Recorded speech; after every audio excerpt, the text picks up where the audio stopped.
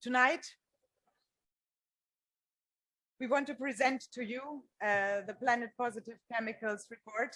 We're very grateful to the Japanese Pavilion that we have the chance to talk about the topic.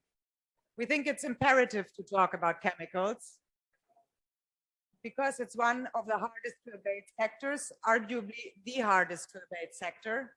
And that is because both processes and feedstock will need to be transitioned to net zero. In order to figure out how to get on this journey and how to make this possible, the Center of Global Commons, with support of Systemiq and financed by Mitsubishi Chemicals, has undertaken this one-year effort of actually studying of how chemicals can move to a net zero and chemicals positive future. And what we found was a huge challenge. Not only is the chemicals industry today aligned with a 4-degree pathway, it is a big industry that represents 4% of the global economy. And it is also present in virtually almost all manufactured goods, even our food. So with that, it also presents a huge scope 3 challenge that will not be solved for any of the downstream sectors if it is not solved for the chemicals industry as well. But besides a huge challenge, we also found a huge opportunity. We actually figured out that in 2050, the industry could not only be carbon neutral, it could actually become a carbon sink. It could each year abate 500 million tons of CO2. And that is a huge amount and therefore a huge opportunity for the industry and well beyond. So the question is how to get there. I think here at COP, there has historically been a focus on decarbonization, very much from a process and supply side perspective. And what we wanted to do in this report was not only to look at the supply and how to abate CO2 in the processes, but we also wanted to look at circularity and to really understand what role can the demand side play in making this net journey possible. And what we found is circularity plays a huge role. It makes the whole journey less risky, it makes it less costly, and it's also the most environmentally friendly way of getting to net zero.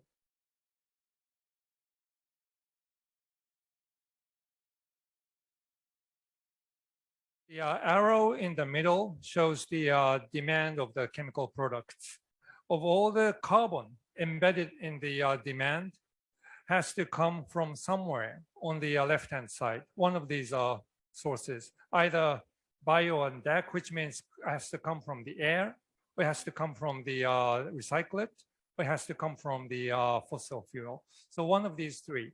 And after the usage of the products, it will have to go into one of the 3 boxes on the right-hand side as the end destination. It will have to be either incinerated into the air or recycled back to products or sequestered into the ground. Chemical industry buys oil and gas and turns that into plastic, rubber, textile, detergent, and so on. Those products are used by consumers and goes into the waste management process. Most are either incinerated or landfill today, which means that the chemical industry needs to go upstream and downstream to secure the access to the alternative carbon and renewable energy upstream, as well as downstream to secure access to recyclates and CCS. So that's what this chart is telling us.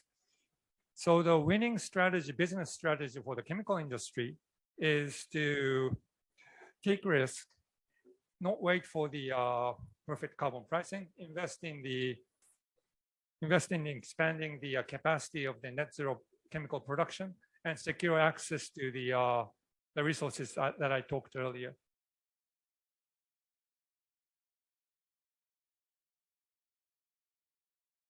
The first step is reports like this one, reports that have come before it. Laura Turner is there, the Energy Transition Commission that did some of the first work on showing that there was a route for the chemical industry to make this major transformation. So I'm quite encouraged the concepts are being proven. The next two steps are a bit more challenging. The next one is to demonstrate these processes not in a computer model, but in the real world. And from all my 30 plus years in industry, you have to prototype, you have to demonstrate commercial scale, you have to do that again, and you got to have a customer for it, as Paul knows quite well, to make this system work. And I'm really glad the report flagged that out. And then when we demonstrate this technology, the third step is governments will have to step in, as your report has said, and set some processes in place to be sure that we have carbon pricing or some other process to make it work. I'd like to share with you two reasons why I believe the industry is ready to this in addressing your question. First, if you go back to 1985, and I know that sounds like ancient history, but in Canada, the concern of the chemical industry about viability because of explosions, because of safety, because of environmental impact was great. And so a concept was created called responsible care. The industry did it on their own to say we must perform differently or we will not have the right to operate. Today, that's in 67 countries. 90% of the global chemicals are produced by a company that assigns to this responsible care criteria. And includes 96 of the 100 largest companies in the world in the chemical companies. So the industry has shown its ability to come together without government forcing it and really learn from each other to make steps forward. We can build on that foundation to take these steps.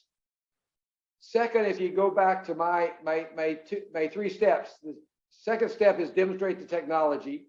We have had an experience with this before where a part of the industry that made CFCs, or chlorofluorocarbons, came together to find a replacement for that and demonstrate that technology on their own. Then when that was in place, governments could do my step three, what's called the Montreal Protocol, and put the regulation in place to make it work. The industry would love the regulation first, but it's probably not going to happen. We're going to need to be sure to demonstrate it first. And I believe that's a good summary of where we are right now.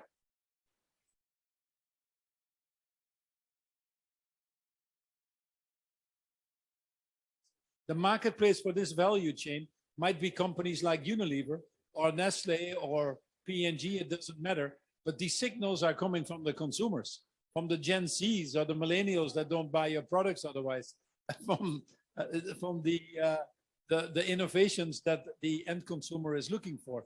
So you want to position yourself well for the future. Now, what is very exciting about this, what you are proposing in the chemical industry, I nearly call it a little bit the hidden industry, because it's so far removed from anybody that we nearly forget about it. But increasingly, companies are making these Scope 3 agreements that you refer to. And not only are they making the Scope 3 agreements, the companies like the Walmarts or the Nestle's or the Salesforces, they're increasingly saying you can only be a supplier in my value chain if you actually deliver on these Scope 3. I want to help you. So it's not that it's not my responsibility. I want to help you because I know you can't do it alone, but you better do it, otherwise you're not my supplier anymore. So frankly, we can sit here and debate it theoretically, but the train has left the station. You frankly don't have a choice if you want to stay in business. And I would argue also, it is actually cheaper to move that direction now than not. This is actually one of the exciting industries. And I grew up in the chemical industry. You know, my whole life I've sold detergents and cleaning products. That's all chemicals. So I love the industry because it has a great purpose. But I haven't seen such an exciting report come out from Systemiq and obviously with your work on the Commons Institute and Tokyo University, etc. A report that says we can be carbon negative by 2040. What I actually like is we can be carbon positive by 2050. We can do that while at the same time we have a higher profit pool in the total industry, and we're also creating more jobs. It hits all the different elements of what you would call success. But it is very clear that in order to make that major transformation, that we need to work with all the different partners in the value chain, including, by the way, the financial community, including the ultimate customers up and down the value chain. And this is what the report points out very well.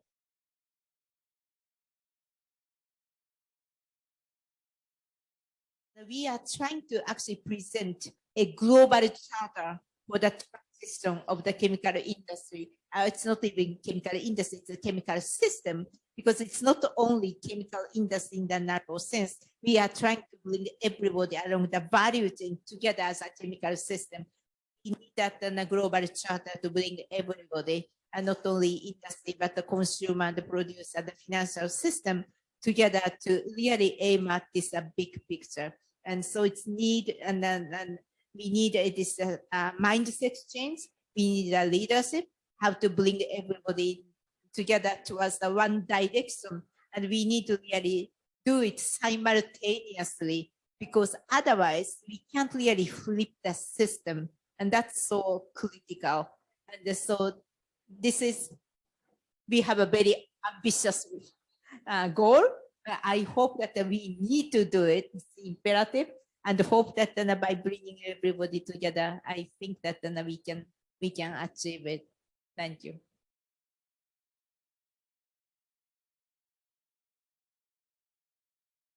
So in the presentation, we saw two interesting things about the cost of achieving net zero, or cost of the zero carbon ways of producing. The first is that the cost per ton of carbon saved varies significantly by the different chemicals, and was much lower, for instance, for the ammonia route, the ammonia category, than for the non-ammonia. And then there was some distinctions within that. I think it was $35 a ton for ammonia, and over 100 for some of the non-ammonia.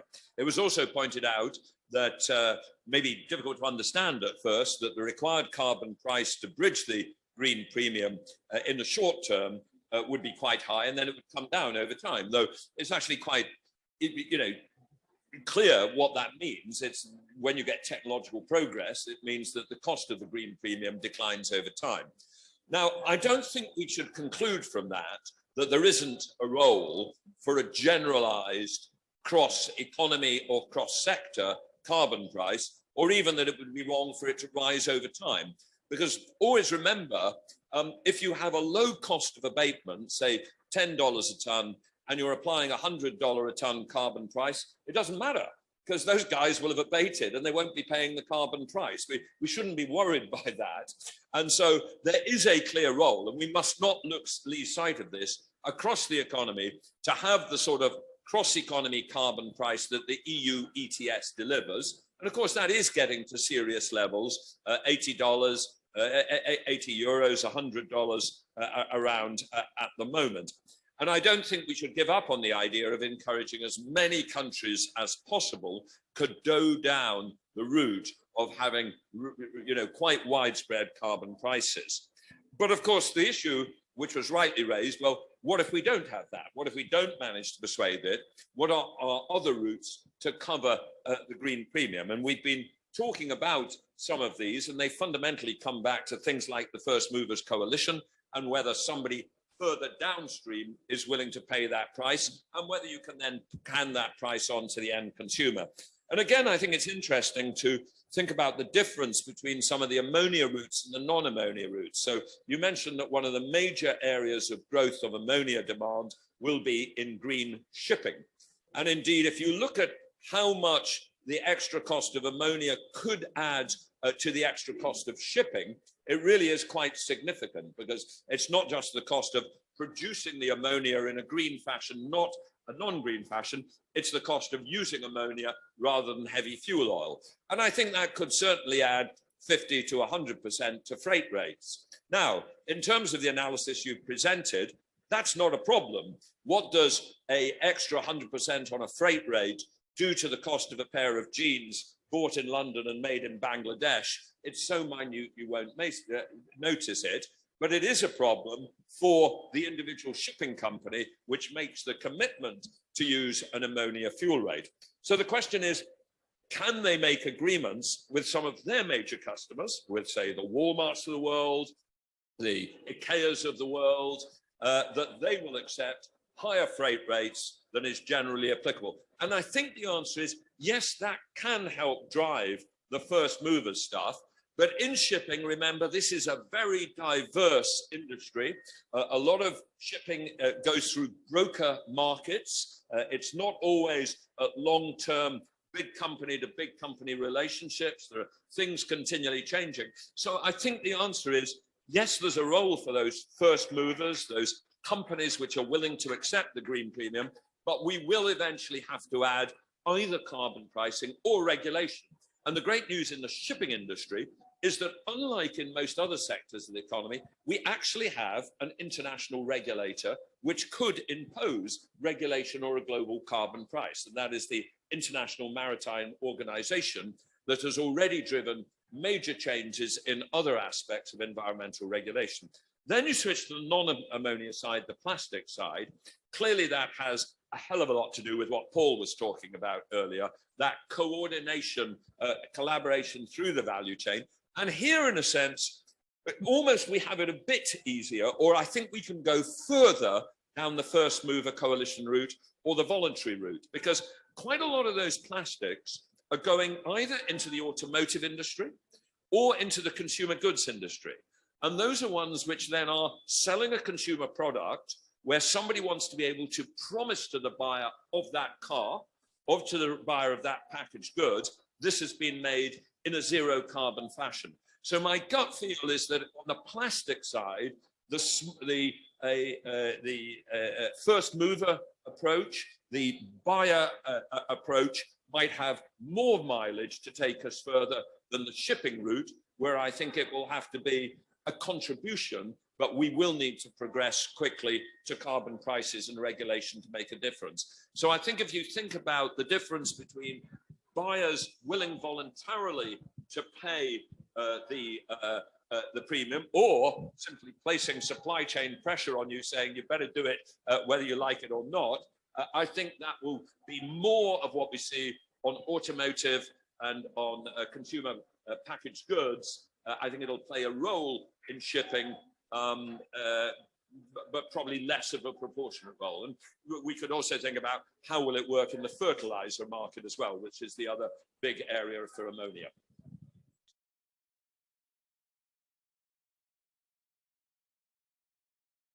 Thank you for your question. And first of all, thank you for this opportunity to participate in this seminar. I'd like to thank the Tokyo University Center for Global Commons and also the Mitsubishi Chemical for these. And coming to your question, how can we facilitate this transition? As everybody said, the decarbonization of the chemical industry is particularly very challenging due to the complexity throughout the manufacturing process and also the variety of products. But I would say recognize two important points to facilitate the transition. First, it's about technology innovation, of course. And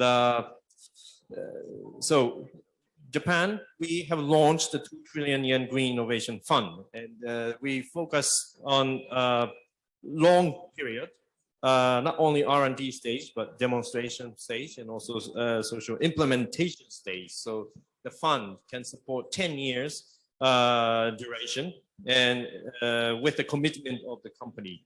So, and now we have already allocated 80% of our 3 trillion yen to different projects. And out of that, in the chemical sector, we are involved in the 3 technology area of the R&D. One is switching the heat source from fossil fuel-based to clean fuel-based, like ammonia heat source. Second is enhancing circularity using the chemical recycling technology. And third is switching feedstock from fossil fuel based to hydrogen based or biomass based. So the first champion of these technology innovation will have the best opportunity. So we as a government is supporting heavily these innovation race happening. Second is about the finance side, the transition finance. The challenge for the decarbonization of these hard-to-abate industry like chemical is we don't have the zero emission opportunity today. The reasons are technology yet to be developed or still very costly. So the industry cannot leapfrog today, but then they normally faces divestment from banks or investors because they're not clean today. But that is a problem. What is strongly needed is a financial mechanism that support their steady efforts for transition. So we are leading establishing the transition finance mechanism. We make sure the finance resource go and support that transition. So we built the basic guideline, and we also released 7 sector by sector roadmap, including chemical, showing that the best science shows a trajectory how to reach the carbon neutral by 2050. And we also support several 12 model cases of the transition bonds and loans, and already $2.5 billion projects, 12 projects are already financed using our support mechanism. So all these innovation and also working on finance is also very important from our view. Thank you.